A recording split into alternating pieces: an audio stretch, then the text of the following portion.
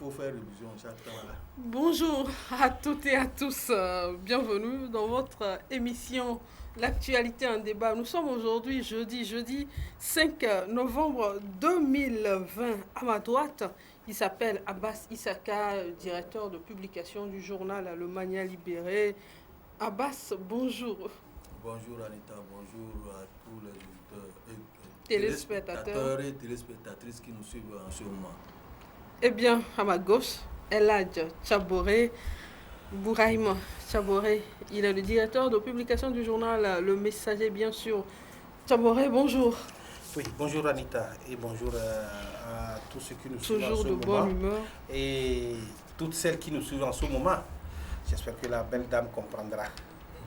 Et puis, celle de qui tu parlais quand on devait lancer l'émission, Oui, elle, oui. elle te suit également. Oui, elle me hein. suit également. Elle me suit également parce que tu sais, j'ai déjà mis quelque chose dans son cœur et c'est ce que je vais essayer d'étaler jusqu'à la sortie de l'émission. Ok, je serai là et je vais observer. Eh bien, Petrolgate, le verdict est tombé. Depuis hier, le confrère Ferdinand Haïté et son journal L'Alternative doivent verser 4 millions de nos francs comme dommages et intérêts à la famille Adjakli. Abbas, pour certains observateurs, c'est un procès de honte parce que quand ils ont suivi du début jusqu'à la fin, le verdict n'est pas ce qu'ils attendaient. Oui, effectivement, ce procès a pu étonner les gens, mais ça dépend de comment le procès a été mené. C'est-à-dire que quand vous prenez le dossier, après la décision, on constate que le dossier sur lequel le procès, le tribunal devait se prononcer, ne l'a pas prononcé dans ce sens. Le dossier en principe, c'est de voir la manière dont les 500 milliards de francs CFA se sont envolés. Avec les preuves que le journaliste est en train de brandir les dernières fois, on suppose que pendant des années, dans les 500 milliards, il y a des gens qui ont pris. Ça ne veut pas dire que c'est les Adjakli seuls qui ont bouffé les 500 milliards. Donc il y a des gens qui ont pris, c'est tous ceux-là qui ont fait 500 milliards. Mais le procès n'est pas allé sur ce chemin. Le procès s'est plutôt penché sur la diffamation du journaliste. La diffamation, on dit que les Adjakli ont construit un ranch. Ils ont acheté, le fils a acheté un véhicule de tel million, des centaines de millions, et on présente sur le journal le ranch et le véhicule en question. Et c'est sur ça que les avocats d'Adjakli disent c'est de la diffamation et on n'a qu'à donner les preuves de ce ranch qui a été construit, puisqu'on peut aller chercher les ranchs là sur l'internet et venir pointer. Donc il n'a qu'à démontrer qu'il y a vraiment un ranch aux États-Unis qui a été construit. Et également la voiture qui a été mise à la une du journal, que de présenter ça. Donc c'est par là que le procès est allé. On n'a même pas attaqué le fond du problème même. Comment les fonds, les 500 millions de francs CFA ont été volatilisés, ou bien comment, qui et qui sont rentrés dedans. Donc c'est un procès en diffamation qui est fait parce qu'on demandait de prouver le ranch où ça est et la voiture elle-même. Alors, dans cette situation, c'est donc fini pour cette histoire de 400 à 500 milliards. Ça n'a pas fini, puisque c'est un procès qui est lu en première instance. Il y a l'appel, les avocats ont déjà interjecté appel. C'est qui dit que le dossier sera jugé à fond au niveau à la cour d'appel. Et c'est là qu'on se dit, on va dévier que le problème qui a été commencé, ce n'est pas le problème de diffamation, mais c'est un autre problème de fond qui est celui des 500 millions, des 500 milliards. Parce qu'au tribunal de première instance, on n'a jamais parlé de ces 500 milliards-là. Ils ont seulement parlé de la diffamation. Et le juge, je ne sais pas comment, lui, il n'a pas allé au fond. Et il s'est laissé prendre au piège des avocats de Adjakli pour rentrer dans cette erreur judiciaire. C'est ce que moi j'appelle. Erreur judiciaire, c'est un juriste qui parle. Hein. Chaboré, procès de honte, comme le disent certains observateurs. Non, procès de honte, moi je ne vois pas ça de cette manière. Excusez-moi parce que Vous savez, dans la vie, il faut être malin. Et je le dis, les avocats de la famille Adjakli ont été malins. Ils ont été malins en portant plainte contre notre confrère Alternative et son journal, disons, Ferdinand Et son journal journal Alternative. Et ils ont pris un aspect de la chose, c'est-à-dire que la diffamation, le fait de les avoir accusés sans preuve. Ils ne sont pas partis de cette histoire de 500 milliards. Donc ils ont été malins et ils ont attaqué le confrère dans ce sens. Donc ce qu'il fallait faire, c'est que le confrère, devant les juges, devrait présenter quand même les preuves de ce qu'il a dit, comme le confrère Abbassi Saka venait de le dire, par rapport à cette maison extravagante qu'il avait eu à présenter dans son journal, par rapport à cette voiture de près de combien de millions, je n'en sais rien, qu'il avait eu à exhiber pour attribuer la paternité à la famille Adjakli. Le journaliste devait quand même apporter ses preuves pour atténuer ce qu'il est en train de dire et ce pourquoi il est accusé. S'il avait apporté ses preuves, je pense que le procès serait dirigé d'une manière aussi. Les avocats de notre confrère Alternative se seraient saisis de ces preuves et pour brandir, voilà ce que notre client dit, voilà la preuve. Mais malheureusement, il me semble que le confrère a dit qu'il ne peut pas exhiber les preuves parce qu'il a toujours les preuves. Donc voilà là où je dis que les avocats de la famille Adjakli ont été malins. Mais ceci étant, le problème n'est pas terminé. D'abord, lorsque notre confrère a publié, a dénoncé, c'est une dénonciation. Notre confrère, en le faisant, c'est pour attirer l'attention des pouvoirs publics qu'il y a quelque chose qui se passait et qu'il fallait avoir les yeux sur ça. Jusqu'alors, je crois que c'est l'association togolaise des consommateurs qui a porté plainte par rapport à cette histoire de 500 milliards. Personne n'a encore porté plainte. Ce n'est pas le procès de l'ATC, de l'association des consommateurs, qui est en train de se dérouler. Si c'est le procès de l'association des consommateurs, là je comprendrai. Donc voilà pourquoi je dis que les avocats de Adjakli ont été malins. Voilà pourquoi le juge a essayé de trancher sans toucher même. Voilà, à la sortie, Ferdinand a eu à faire une déclaration et dans la déclaration, il a été clair qu'il ne versera pas un seul franc. Bon, c'est là au moins ça. C'est là au moins ça. Non, c'est là au moins ça un peu choqué. C'est la justice. Elle donne son avis. Et c'est une loi. Quand il faut la respecter. Parce que nous sommes de ceux-là qui disons que c'est comme ça, les gens, la justice rendent le verdict, mais les gens ne respectent pas. Donc, je pense que, à mon avis, ils ne devraient pas dire ça. Ils devraient se taire peut-être ensemble avec ses avocats. Ils vont voir s'il faut faire appel. Et je crois que c'est ce qu'ils ont fait. C'est ça. Puisque la loi, c'est autre chose. En tout cas, c'est une déclaration d'un journaliste. Et je pense que peut-être après il verra qu'il n'était pas quand même en droit de le dire quand même parce que c'est la justice et c'est la loi, même si on estime que le juge peut-être n'a pas bien fait de prononcer ce verdict. Déjà on a dit il n'y a pas de problème, nous prenons acte et nous verrons ce qu'il y a lieu de faire. Je serai à sa place, c'est ce que je vais dire. Mais dire que nous ne verserons pas un seul franc, bon, c'est comme on veut défier la justice. Ah bah, même question, on ne versera pas un seul franc. Il a été clair, sage décision. Ouais, il a été clair, c'est la colère qui l'a poussé ou bien cette déclaration pourra agir sur le procès dans les jours à venir, puisqu'ils ont fait appel. Mais seulement il ne va pas appliquer, on ne versera pas un seul franc à ces voleurs et que personne ne se décide à cotiser pour l'aider à quoi que ce soit. Je pense qu'il est dans ce droit de dire ce qu'il pense, mais ça ne va pas affecter le procès parce qu'il a dit sous le fait de la colère par rapport à l'allure qu'a pris le procès. En fait, il devait attendre parce qu'il y a un procès en appel. Lorsque vous interjettez appel, c'est que la décision du tribunal est suspensive. On ne va même plus l'appliquer. Donc, quand il y a un appel, et l'appel a été déjà fait par les avocats, il y a interjection appel, la décision du tribunal n'est plus exécutoire. On est là, si au niveau il y a 3 instances, si au niveau de la cour d'appel n'a pas gain de cause, il va aller à la cour de cassation.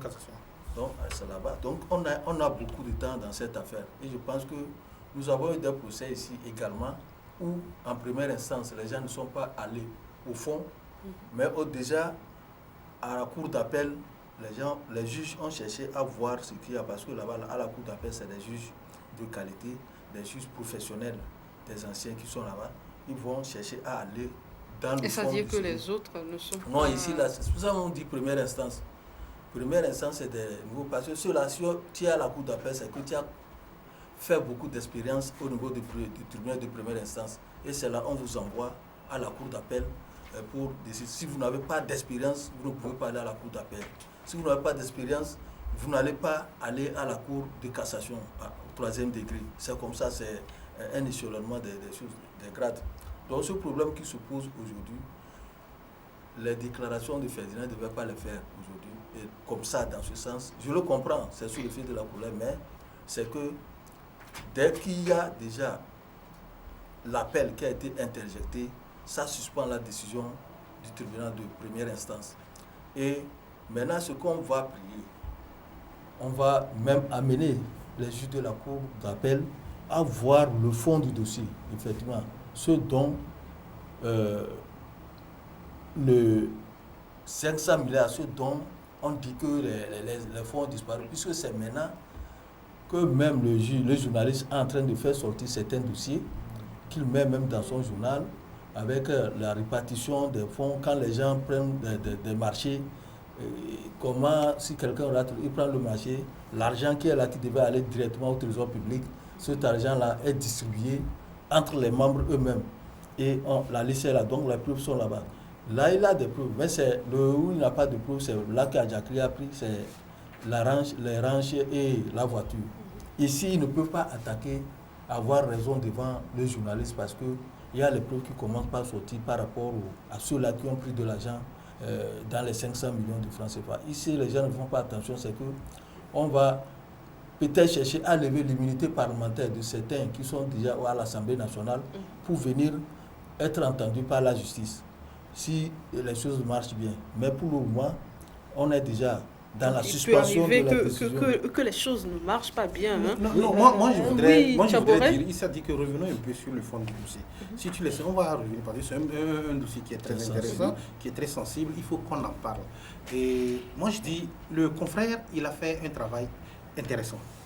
Je l'ai toujours dit, le fait déjà d'avoir dénoncé, parce que c'est notre rôle en tant que journaliste, lorsque nous avons des dossiers, il faut qu'on essaie quand même de dénoncer certaines pratiques pour amener l'autorité publique à revoir la copie, à revoir ce qu'elle peut faire pour le bien-être de nous tous. Parce que vous êtes consommateur, je suis consommateur, je ne peux pas estimer que le prix soit élevé à un moment donné. Je ne peux pas estimer que certains se la coulent douce et maintenant c'est nous les consommateurs qui supportons. Ça, je dis que le confrère a fait un travail qui est exceptionnel.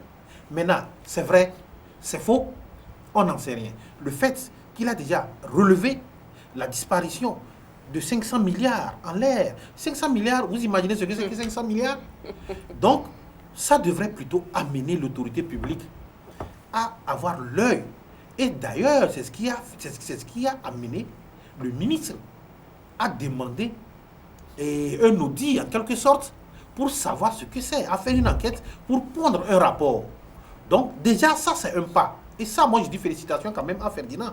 Parce que s'il n'avait pas relevé cet état de choses, on n'aurait pas commandité un rapport pour savoir qu'est-ce qu'il en est. Et aujourd'hui, on a vu comment il y a eu des transactions et comment les gens se sont... Maintenant, est-ce que c'était légal, ces transactions? Est-ce que l'histoire des 500 milliards, ça existe? Maintenant, que l'État nous dise.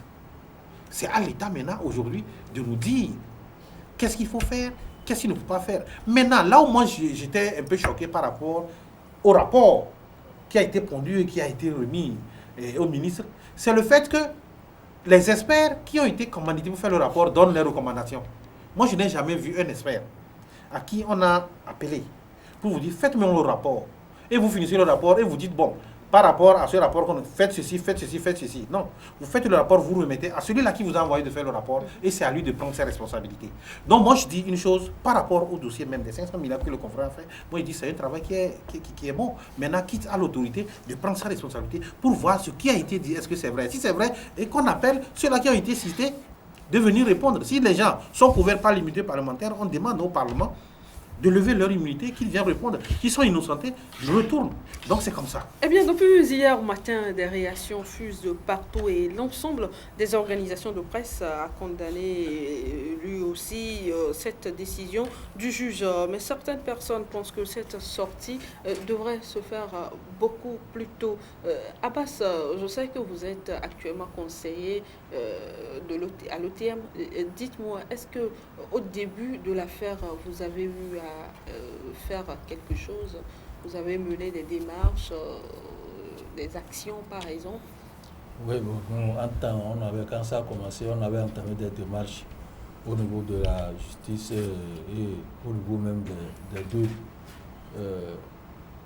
concernés par l'affaire, le journaliste et même les avocats. Ils ont dit que non, ils ne peuvent pas retirer la plainte, que ça va aller jusqu'au bout. Et même le journaliste disait, Ferdinand disait que ils n'ont qu'à aller jusqu'au bout à la justice parce que lui, il tient les choses.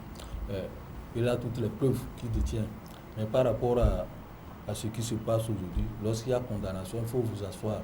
Ce n'est pas immédiatement à la foulée que vous faites sortir un communiqué. Il faut réfléchir à comment écrire le communiqué et comment faire que l'ensemble des organisations adhèrent à ce communiqué. Parce qu'on ne peut pas immédiatement, juste après la condamnation. Est-ce qu'aujourd'hui, certaines organisations ne se reconnaissent pas dans ce communiqué? Parce que souvent, on lit les communiqués. Ce communiqué, il a été très court. Oui, ça dit le communiqué là. Bon, je ne veux pas dire tout ce qu'il y a, mais seulement quand on l'a fait, c'est l'OTM qui l'a initié. Nous l'avons fait, nous l'avons produit, et puis nous avons soumis ça à l'appréciation des organisations composant l'OTM, c'est-à-dire la plateforme de l'OTM, toutes les organisations, que ce soit le CONAP, le PPT, le SINGIT, le GIT, le RATEL et autres. On a mis ce communiqué à leur appréciation. C'est quand ils ont donné leur accord qu'on a donné le feu vert qui peut être rendu public. Puis sinon, quand nous l'avons fait, nous avons fait on a mis un embargo là-dessus. Le temps que les autres organisations de presse apportent leur appréciation. Et on leur a soumis ça. Et ils ont dit, bon, c'est bon, le communiqué, c'est OK. On dit, si quelqu'un a quelque chose à ajouter, que ce soit consensuel et que vous avez vu que quand c'est sorti, aucune organisation de presse n'a dit qu'elle ne se retrouve pas dans ce communiqué. C'est que ça a été consensuel avant qu'on le rende public. Mais jusque l'opinion trouve que votre démarche, elle a été trop tard. Non, c'est l'opinion, je me dis, c'est l'opinion. L'opinion peut penser ce qu'elle dit. On l'a fait, la condamnation a été faite le vendredi, non, le mercredi, non? Hier, mercredi. Oui, hier. Le communiqué est sorti dans la soirée. Dans la soirée, mais est-ce que juste après là, vous allez vous précipiter pour faire quelque chose qui ne sera pas bon et dont vous serez critiqué? Ce que je ne comprends pas, est-ce que par rapport au communiqué, est-ce que l'OTM devrait peut-être aller interdire la condamnation? C'est ce que certaines personnes... Ce n'est pas normal. L'OTM n'a pas ce pouvoir-là d'aller interdire la condamnation. Déjà, le confrère a dit quelque chose. Ils avaient eu à entreprendre un certain nombre de démarches. Si l'observateur ne l'avait pas fait en ce moment, moi je suis peut-être d'accord par rapport à ce que les gens disent qu'en amont, l'OTM devrait quand même agir. Peut-être qu'eux, ils ne savaient pas que l'OTM avait eu à mener des démarches. Oui, maintenant, nous avons quelqu'un justement, ça c'est un éclaircissement. Qui a apporté... Je pense qu'aujourd'hui, les gens ont compris que l'OTM avait eu à faire des démarches. Ça, c'est une bonne chose. Maintenant, en amont, et aussi bien au niveau des avocats qu'au niveau de notre confrère, ils avaient dit qu'ils n'ont qu'à aller. Et les gens sont revenus pour essayer. Après la condamnation, la bonne manière, c'était que les organisations se retrouvent et de dire un mot pour prouver à notre confrère que nous sommes avec lui. C'est très important. Alors, Tchabouré, un mot avant qu'on aborde autre sujet par rapport à cette histoire de Petrol Gate. Non, c'est ce que je l'ai dit. Moi, je dis, c'est bien que le dossier soit mis sur la place publique. Ça, c'est le premier point. Concernant le procès qui s'est passé, tout ça là, moi, je ne vois pas ça de cette manière. C'est vrai, le confrère a été condamné. On ne peut pas supporter, je ne peux pas quand même cautionner qu'un confrère aujourd'hui soit condamné. Non, il faut que je supporte le confrère, même si nous n'avons pas les mêmes opinions. Il faut quand même que j'apporte mon soutien au confrère. Maintenant, le dossier est sorti. Ce qui a lieu de faire, c'est que l'autorité, pour prouver sa bonne foi, pour prouver ce qu'elle veut faire en commanditant un rapport, je pense que l'autorité doit agir en tenant compte des conclusions du rapport qui lui ont été remises. Et les Togolais attendent de voir qu'est-ce que l'autorité va faire par rapport à ça. Parce qu'aujourd'hui, il y a les dossiers qui continuent pas à sortir et il y a les signatures et les émargements d'un certain nombre de personnalités qui ont eu à occuper des postes par rapport à l'institution qui était chargée de la commande du pétrole au Togo. Maintenant, les yeux actuellement, les Togolais sont maintenant tournés vers l'autorité qui a commandité le rapport pour voir qu'est-ce qu'elle va faire. Et c'est ce que nous tous nous attendons. Qu'est-ce que l'autorité va faire par rapport aux conclusions de ce rapport? Eh bien, et puis c'est ce qui nous manque ici dans notre pays, c'est que quand il y a des dossiers comme ça, il faudrait qu'on se précipite aussi pour se saisir parce que c'est quelque chose qui concerne l'État togolais et c'est l'argent du contribuable togolais. Le rôle du procureur de la République, c'est quand il y a des choses comme ça qui s'en saisissent et qu'il ouvre une enquête. Et ça, là, ça n'a pas été fait jusqu'à ce que des plaintes sont tombées d'un autre côté qui ne concernaient même pas le dossier en question.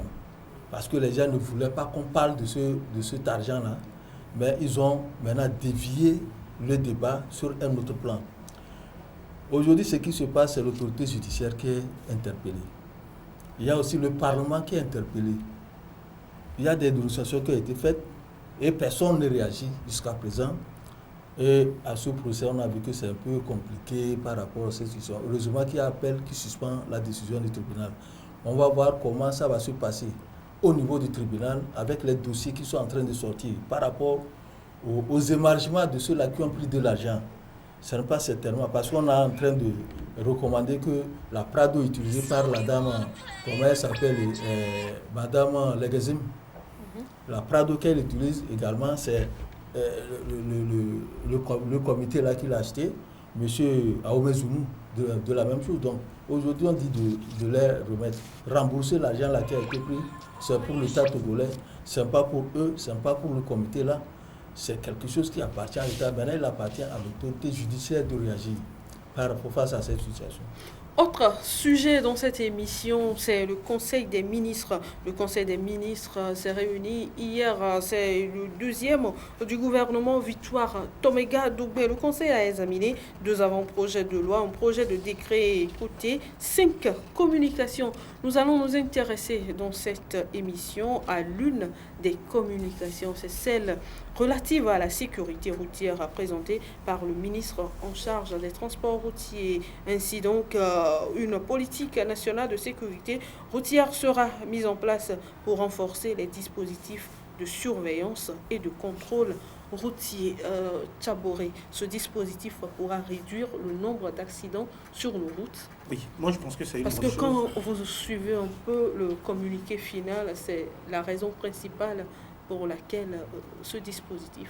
Oui, moi je pense que c'est une bonne chose, parce que au jour le jour, nous voyons ce qui se passe sur nos routes, nous voyons comment les accidents s'accroissent dans le pays et quand vous voyez les bilans qui ont été toujours faits par le ministère de la Sécurité, vous comprendrez que au niveau de nos routes, ce qui est un problème et qu'il faille faire quelque chose.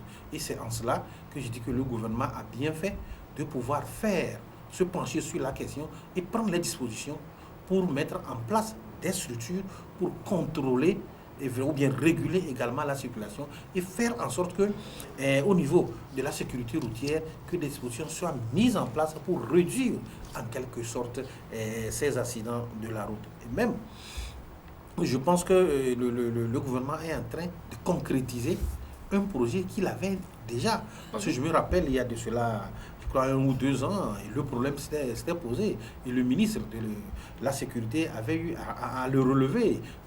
Ils étaient en train de réfléchir pour voir ce qu'il y a lieu de faire. Aujourd'hui, le ministre des Transports a essayé de faire une communication là-dessus et il a exposé les dispositions qu'il fallait prendre. Moi, je pense que c'est maintenant, il faut mettre ces dispositions en pratique. Il ne faudrait pas tarder parce que la route, elle continue. Nous avons de très bonnes dispositions. Oui, mais c'est la route mise continue, en pratique justement, qui pose la problème. route continue par tuer.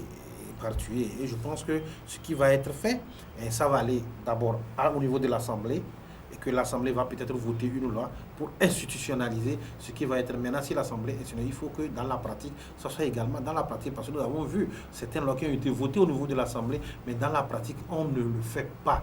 On ne le fait pas pour le dire. Au fait, c'est pour nous protéger les Togolais. Et nous espérons que le gouvernement... Même si dans la pratique, c'est fait, il faudrait que ceux-là qui doivent veiller à ce que ces règles soient respectées, qu'ils soient durs avec les gens. C'est ce que j'ai toujours dit. Parce que au même moment, on a la carotte, au même moment, on a le bâton. Hein. Il faut le faire. Et nous sommes... Au fait, ce qui se passe, c'est que l'État joue son rôle régalien. Le fait de protéger les populations. Et c'est tout à fait normal que l'État aille dans ce sens. Maintenant, comme on le dit, lorsque les lois vont être votées au niveau de l'Assemblée et ça va rentrer en pratique, il faudrait quand même qu'on tape dur parce que les accidents de la route, franchement, ça fait peur lorsque vous voyez les statistiques se dérouler. Oui, Abbas, ceux-là qui seront chargés de faire ce travail le feront en toute sincérité. Nous espérons, puisque nous connaissons le code entre les conducteurs et les agents. Ouais, le dispositif sécuritaire. Est-ce qu'il y aura quelque chose après ou bien il y aura quelque chose pour superviser ces personnes-là? Parce que l'essentiel n'est pas d'avoir la chose qu'on avait voulu mettre en place pour éviter et faire de telle sorte que cette activité menée par les forces de sécurité ou bien la division de sécurité routière qui est souvent sur les routes en train de vérifier et contrôler les pièces. Et là, on a mis en place un numéro vert qui ne marche pas parce que ceux-là qui sont sur les routes en train de vérifier les pièces ne vérifient que les pièces d'entrée et les pièces de véhicules et autres, et ça passe, c'est fini. Donc ce problème aujourd'hui, il faudrait que ça soit plus rigoureux.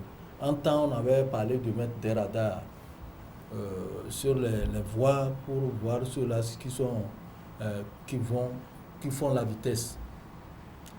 Les radars, on les a mis où? C'est peut-être sur la route de Casablanca, tout le monde en allant vers Protestant. Attention, danger. Après, il n'y a rien. Maintenant, sur les grandes routes, on avait promis de faire ça. Mais ça n'a pas été fait. Si c'est de ça que le gouvernement parle aujourd'hui, qu'on le fasse, parce que quand quelqu'un fait la vitesse sur les grandes voies qui sont bien tracées actuellement, c'est qu'au sortir de la ville, lorsqu'il rencontrera les contrôleurs de forces de sécurité, ça va signaler qu'il a fait ça. Et il sera amendé. Mais si ce n'est pas le cas... Est-ce que ce qu'on a même installé à Todman, là, à la sortie, est-ce qu'il y a des contrôles? Il n'y a pas de contrôle. Ici, ce qu'on a installé radar, là, c'est que soit vous dites de limiter la vitesse, puisque quand vous dépassez un truc de 60, bien 50, ça vous met au rouge. Et on vous demande de diminuer et vous revenez. C'est tout ce qu'il y a. Mais ce n'est pas pour contrôler. Aujourd'hui, les dispositifs dont on parle, il faudrait qu'on le place effectivement. Parce que l'homme est toujours corruptible. L'homme est toujours corruptible. On peut mettre les soldats sur toutes les voies, sur toutes les routes. C'est qu'on ne va pas échapper à la corruption. Vous allez vous demander avec combien même ceux-là qui sont sur la route rentrent.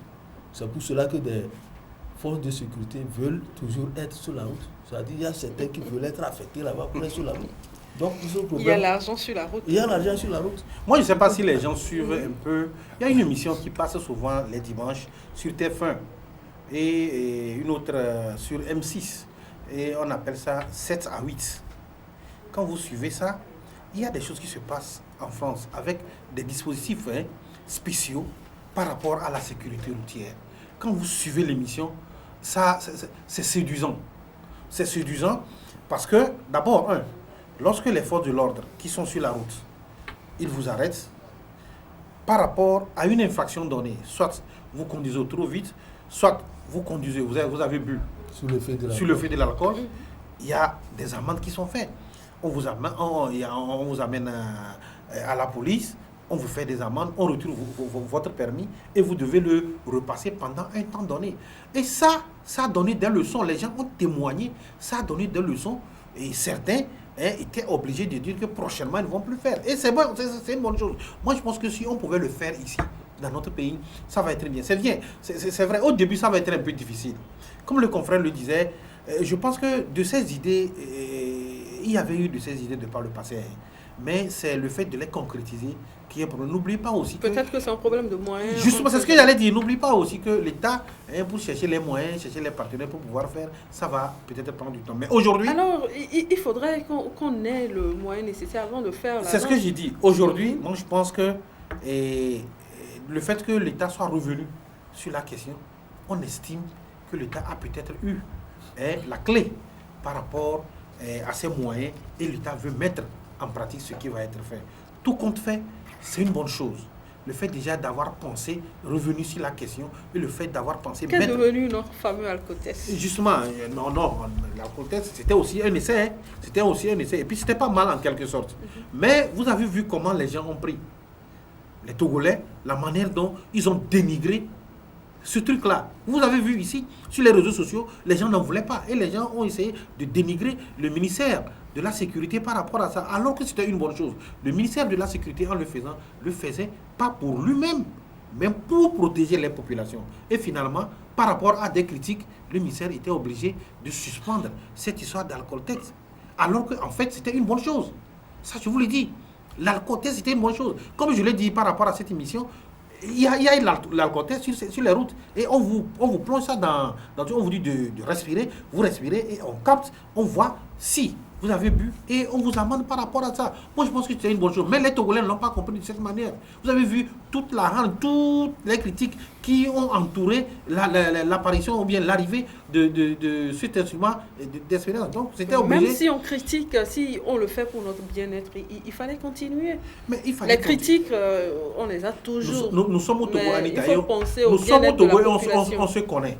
Lorsque on met quelque chose en place, les gens pensent toujours qu'on le fait contre eux. Or, comme je l'ai dit tantôt, l'État a ce rôle régalien de protéger les populations. Et c'est ce qui avait été fait. Lorsque le ministère a constaté que l'opinion ne voulait pas, l'opinion pensait que les dispositions qui sont prises contre elle. Qu'est-ce qu'il fallait faire? Il fallait changer. Et moi, je pense que c'est pourquoi, aujourd'hui, la stratégie qui va être mise en place. Et c'est en cela que moi, j'apprécie l'idée aujourd'hui. Tout compte fait, ce qu'il faut mettre en pratique, ce qui a été dit, il faut que ces mesures arrivent pour qu'on voit qu'est-ce qui va être fait. En toute chose, quand même, je crois qu'il faut essayer. Il faut essayer. Abbas, puisque nous parlons de la sécurité routière, vous, dans votre coin civisme, cette semaine, vous avez parlé des feux tricolores. Vous êtes revenu sur les feux tricolores. Il y a quoi avec nos feux tricolores? Il y a beaucoup de choses avec les feux tricolores. Nous avons voulu relever le fait qu'on dit qu'on a quand même les dispositifs pour diminuer les accidents de circulation. Bon, vous n'êtes pas sans savoir qu'actuellement, quand vous passez dans des grands carrefours, les feux tricolores ne marchent pas. C'est la mode actuellement. C'est la mode actuellement. N'en parlons plus. Donc, c'est pour cela que j'ai relevé ça. Le civisme ne concerne pas que les citoyens qui doivent l'appliquer, mais ceux qui sont chargés de faire respecter ce civisme-là, les feux tricolores, à qui appartient-il de les réparer? Quand vous arrivez au niveau de l'échangeur, pas de feux tricolores. Quand vous arrivez au niveau de Toglokopé ici, marché, le carrefour Zongo ici, ça travaille par moment. Ça travaille par moment et puis maintenant ça clignote. Vous arrivez à des grands carrefours, vous n'avez même plus de feux tricolores. Même à l'échangeur Kenge, ça ne marche pas. C'est plein partout, ça ne marche pas. Et ça cause des accidents. Les feux, ça ne marche pas. Et c'est des accidents que vous allez voir souvent au carrefour là. Parce que les policiers même qui sont chargés de réguler la circulation, des fois se fatiguent. Ils sont débordés. Ils sont débordés par la situation et vont s'asseoir quelque part. Surtout avec les gros porteurs. C'est difficile pour eux de réguler. Donc le problème qui se passe, la dernière fois même au niveau de l'échangeur là, il y a une cousine qui a failli être écrasée par un titan parce qu'il n'y a pas de feu rouge. Ça ne travaille pas. Si ça travaillait, au moins chacun allait respecter. Mais ça ne travaille pas. Donc elle attendait pour traverser et continuer. Et voilà un titan, un gros camion derrière elle. Et les gens qui font sur elle. Les gens criaient. Sinon, elle a une chance, elle allait être écrasée par ce véhicule-là. Elle était sur sa moto. Donc aujourd'hui, ce genre de feu noir tricolore-là, il faudrait que...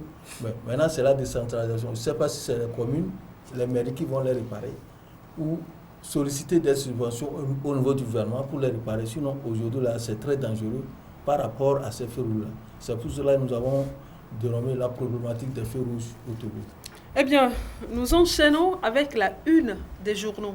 Nous commençons avec le messager éducation. Éducation vous intéresse tant ces derniers jours. Rentrée scolaire 2020-2021, Cocoroco donne des gages. La CZ et la FESEN annoncent un préavis de grève, 3 points de suspension. Les 3 points de suspension, là, je veux bien comprendre. Oui, les 3 points de suspension. Les téléspectateurs aussi. Oui, les 3 points de suspension voudraient justement dire que c'est une menace qui plane derrière. Je crois qu'il y avait eu un certain nombre de revendications qui ont été remises au gouvernement, par l'ancien gouvernement, par les deux syndicats, à l'ancien gouvernement, bien avant que le professeur Cocoroco ne prenne le portefeuille du ministère des enseignements primaires et secondaires. Et aujourd'hui, dans leurs lettres qu'ils ont eu à réintroduire, les deux organisations, les deux syndicats ont remis cette plateforme revendicative sur la table. Et il s'agit de la question des 2 milliards de 2019, qu'il fallait voir ce qu'il faut faire. Et la situation, les primes et autres, la situation des enseignants surtout au niveau du conseil confessionnel, les horaires, et le fait qu'il fallait quand même revoir, s'asseoir pour discuter par rapport aux dispositions qui vont être prises pour quand même rassurer les élèves et les populations et les enseignants par rapport à cette pandémie. Et quand vous lisez la lettre qui a été envoyée au ministre par la FESEN dit que depuis l'année passée, aucune de ces revendications n'a été satisfaite. C'est resté seulement que sur des promesses. Donc, c'est ça. Ils n'ont dit, même pas terminé l'année. Ils ont fait juste un semestre. Justement. Maintenant, ils ont fixé une date. Ils disent le lundi 16 novembre, si aucune discussion n'a été faite pour savoir qu'est-ce qui va y avoir, c'est un préavis de grève pour ce 16 novembre. Si le ministre Cocoroco n'engage pas de discussion pour voir qu'est-ce qui va être fait par rapport à leur plateforme revendicative, ils vont aller à un préavis de grève. Mais je crois que le ministre Cocoroco avait déjà organisé une conférence de presse à l'auditorium de la TVT la semaine dernière. Et lors de cette conférence de presse, le ministre a étalé des dispositions qui sont prises par le gouvernement pour pouvoir satisfaire un certain nombre de revendications. Il a parlé des enseignants volontaires, il a parlé des recrutements, il a parlé des dispositions par rapport aux ENI et aux ENS. Effectivement, dans leur plateforme revendicative, les deux syndicats, je crois que c'est la FESEN, étaient revenus également sur ça. Ça voudrait dire que, à quelque part, les deux parties parlent le même langage. Maintenant, qu'est-ce qu'il faille faire? Je pense que c'est le dialogue qui peut peut-être corroborer et savoir qu'est-ce qu'il y a lieu de faire. Voilà, qu'est-ce qu'il peut faire. Et j'ai comme l'impression d'ailleurs, il y a eu déjà les rencontres qui sont déjà engagées. Et nous espérons que d'ici le 15, d'ici le 16, ça tout va être aplani. Parce que Cocoroco l'a dit, et je l'ai relevé dans mon article, qu'il va être pragmatique. Il ne va pas s'associer à l'immobilisme. Et il pense que c'est à travers des discussions que des solutions peuvent trouver. Et nous pensons que les discussions qui ont été déjà engagées, parce que selon les informations, il y a eu des discussions qui sont engagées. Le ministre a beaucoup de choses à régler pour cette rentrée. Il y a la pandémie à gérer. N'oublie pas que le problème des enseignants volontaires. Ça, c'est normal. Le problème des enseignants c'est un portefeuille qui a trop de problèmes. C'est un portefeuille qui a trop de problèmes. Moi, je n'aimerais pas être à la place du ministre Cocoroco en ce moment. Mais nous le connaissons, nous savons que... Quelqu'un qui a eu à être président de l'université. Nous le connaissons, nous savons qu'il a quand même un certain l'engagement et il a quand même le sens quand même élevé de la considération. Et ce qu'il a dit, nous espérons qu'avec des discussions avec les responsables syndicaux, ils vont essayer de trouver un terrain d'entente pour que la rentrée, que ça ne soit pas bousculé tout au début comme ça. Ce n'est pas bien. En fait, ce que les gens réclament, ce n'est pas quand même illégitime. C'est légitime. Mais aussi bien au niveau du gouvernement qu'au niveau de nos frères syndicats, ils doivent quand même se retrouver, que chacun peut-être puisse mettre un peu d'eau dans leur vin, parce que la situation économique aussi n'est pas favorable en ce moment. Il faudrait en tenir compte pour savoir ce qu'il faut faire. Et on doit être pragmatique. Moi, je l'ai toujours dit. Quand le gouvernement, maintenant, aujourd'hui, prend les décisions, s'engage à faire quelque chose, que le gouvernement puisse le faire, pour que cela ne soit pas laissé dans les placards et que demain, les syndicats puissent trouver un argument solide pour dire voilà, vous prenez des décisions, mais vous ne les mettez pas en œuvre. C'est ça aussi le problème. Justement, Abbas, comme je posais la question tout à l'heure à Tchaboré, le ministre Kokoroko a beaucoup de boulot pour cette rentrée. Hein. Il doit savoir gérer la crise sanitaire actuelle pour qu'il n'y ait pas beaucoup de contamination, puisque nous savons que le risque zéro n'existe pas. Il doit prendre des dispositions. Il y a le problème des enseignants volontaires à régler et maintenant le problème des enseignants titulaires également. Oui, il a beaucoup de problèmes. C'est qu'il a hérité. N'oublions pas les enseignants du confessionnel qui ont vrai. les yeux tournés vers là aussi. Il a hérité d'une patate chaude entre les mains parce qu'aujourd'hui, ça bouge. Aujourd'hui, le ministre qui est beaucoup sur le terrain et qui est mis sous pression, c'est le ministre Kokoroko. Avec tous ces problèmes-là qui assaillent, et malgré ça, il a su mener une diplomatie pour que la rentrée puisse démarrer le 2 novembre dans de bonnes conditions. Parce que personne ne pensait que le 2 novembre, il y aura élection. Et il y aura la rentrée scolaire parce qu'il y avait des promesses. Et il y avait aussi des enseignants, surtout les volontaires, qui menaçaient d'aller en grève, de boycotter la rentrée du 2 novembre. Il y avait aussi les enseignants qui réclamaient, les syndicats qui réclamaient les 2 milliards de 2019 et qui voulaient que les 2 milliards de 2020 soient aussi ajoutés. Et toutes ces questions, il a su mener une diplomatie avec les discussions qu'il a engagées entre lui et les enseignants des écoles publiques et lui et les enseignants volontaires qui devaient partir en grève. Et vous avez vu qu'il a vite trouvé un palliatif entre les deux. Et il a demandé aux enseignants, même au syndicat des enseignants, que ce n'est pas pour 2 milliards que vous allez sacrifier l'année scolaire des enfants en décourageant les parents. Il faut qu'ils aient le patriotisme et ils n'ont qu'à commencer l'année, la rentrée et les discussions vont commencer. Et c'est ce qui s'est passé. Et par rapport aux enseignants volontaires, il a soutenu le juste milieu.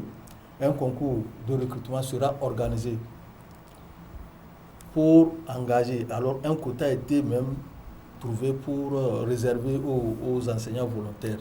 Ce qui veut dire que ceux qui auront le niveau au niveau des enseignants volontaires vont rentrer dans la fonction publique. Donc pour le mois, il dit allez, commencez et on va voir. Il n'a pas perdu l'espoir de discuter et dialoguer avec les enseignants. Ça continue avec les syndicats.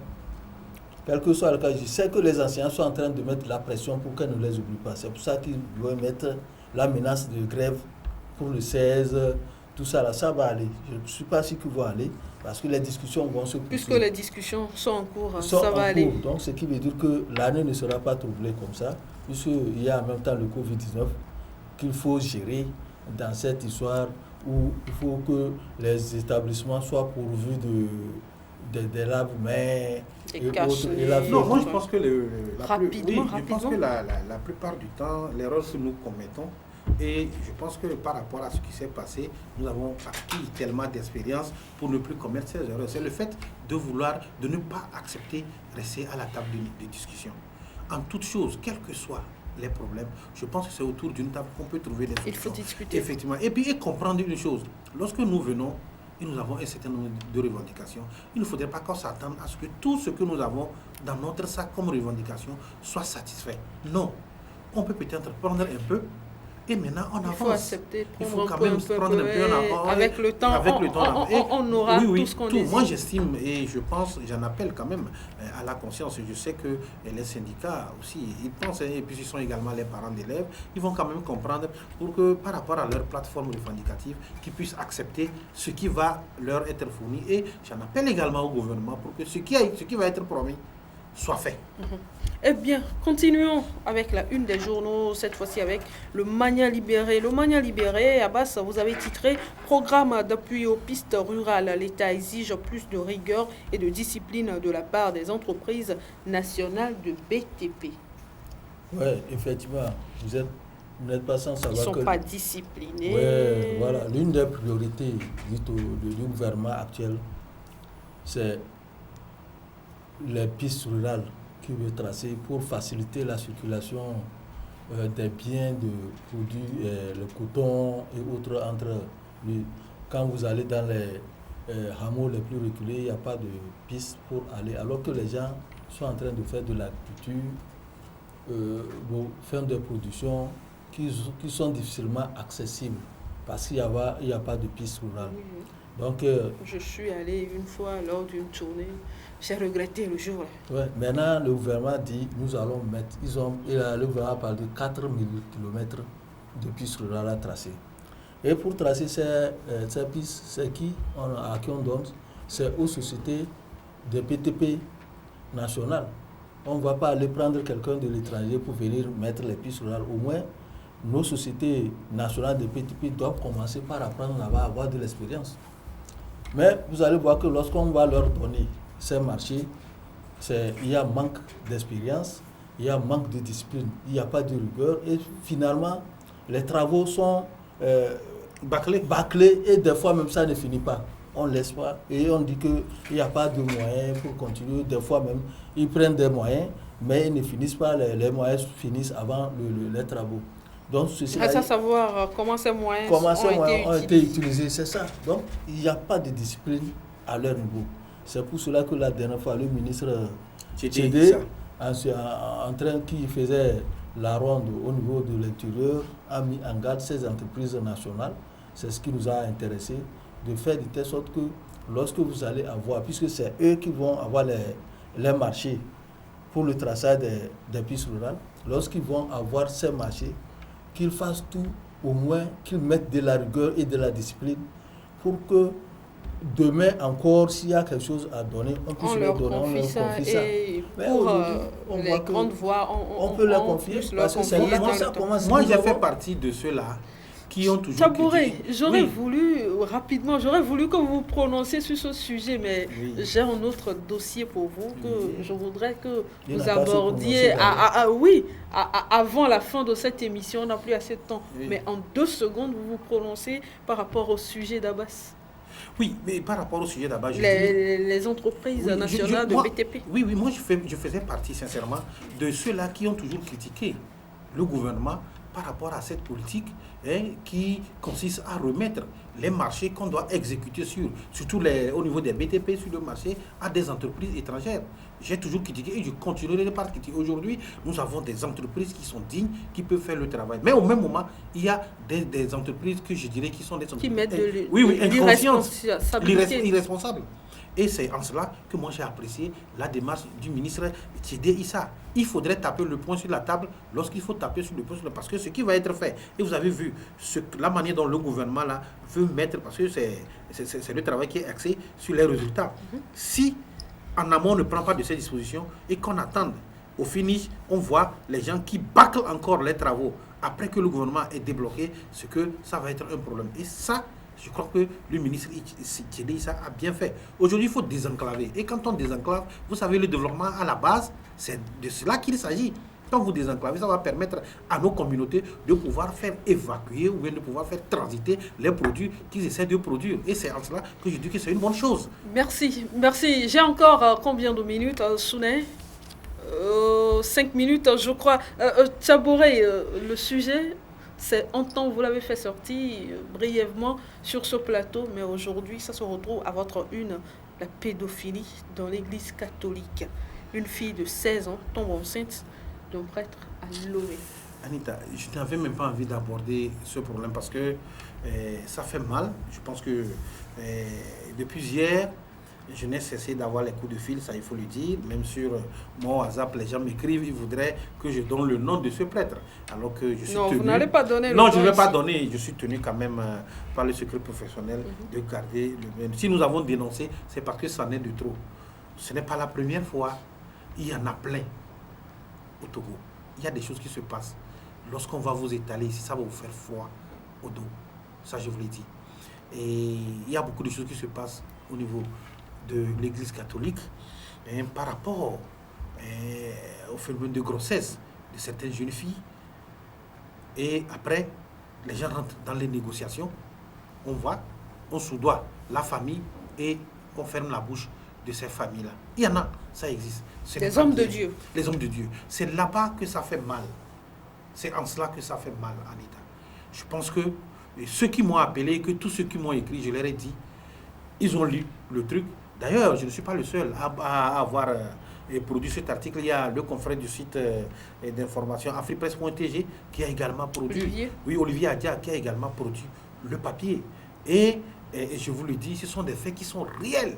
Ça s'est bien produit. Et ce n'est pas le seul fait. Il y en a plein dans nos églises catholiques qui les choses se passent comme ça. Et les premiers responsables le savent. C'est ça le paradoxe, Anita. Les premiers responsables le savent. Qu'est-ce qui est fait pour que ça ne se répète plus? La question reste posée. C'est en cela, moi je discutais l'autre fois au siège avec beaucoup, lorsqu'ils sont rentrés en contact de cet article, qui disent que franchement ça affecte également leur foi. Ça affecte leur foi. Et c'est vrai, si on voit quelqu'un qui est censé venir, moi ça me fait mal d'en parler parce que je suis d'une autre religion que l'Église catholique. Ça me fait mal d'en parler. Je ne voudrais pas que les gens pensent que c'est une façon de dénigrer. Mais en tant que journaliste, c'est un rôle, c'est mon devoir de le faire. Parce que j'ai le dossier. Quand les pasteurs font mal, justement, on le dit, c'est un dossier que j'ai eu. Donc, je vais quand même le publier pour quand même dénoncer ça. Comme les gens ont eu à dénoncer. Je rappelle que l'article est à lire à la page 6 de votre journal paru hier. C'est dans les kiosques. C'est dans le kiosque. À 250 francs. À 250 francs. Même les gens peuvent m'appeler pour avoir le PDF depuis hier. Les gens m'appellent pour ça d'ailleurs. Appelez le numéro de la télé. Vous qui nous suivez, appelez le numéro de la télé. Les gens m'appellent. Donc vous mettrez en contact. C'est un pasteur indélicat, puisque on a tout ça là. Comment est-ce que vous pouvez prendre une fille de 16 ans C'est dommage. Et dire, venez me faire l'entretien de la maison. Elle le fait pendant des mois et puis vous commencez par admirer la fille. Alors que le pasteur, que la fille a une de ces formes-là. Oui, c'est une de ces formes. C'est une petite que tu as engagée. Elle n'a pas encore, en principe, le monsieur doit être poursuivi. Je ne sais pas si, tel que la presse en a parlé, c'est qu'il sera poursuivi. Et les organisations de défense des droits des enfants ne vont pas le rater. Pas même les droits des enfants, c'est les droits de l'homme de façon générale. Ils doivent se saisir même les droits des enfants. Là, il y a Oradet là, de monsieur Aledji, qui agit en ce sens. En tant que nous avons fait un appareil par rapport à ça, c'est les gens ont été saisis et le tribunal a pris l'affaire. Ils ont pris même le dossier. J'ai dit que maintenant, là, quelqu'un fait, il faudrait qu'il réponde de ses actes devant la justice. Un prêtre ou un pasteur, c'est un responsable qui doit ce qui est grave, être un exemple pour la société. Ce qui est grave, c'est qu'ils vont, la famille est victime, et ils essaient de chercher l'argent, les sous, et ils essaient d'amadouer la famille. Il faut dire que la famille aussi n'est pas consciente. C'est ça. Quand on fait ça à votre fille de 16 ans, l'argent c'est quoi? Alors merci à vous Tchabouré pour votre article d'abord et merci d'avoir participé à cette émission Abbas. Merci à vous également d'avoir fait le déplacement. Chers téléspectateurs, c'est donc fini pour ce numéro de l'actualité en débat. Rendez-vous mardi à 10h pour un autre numéro. Au revoir.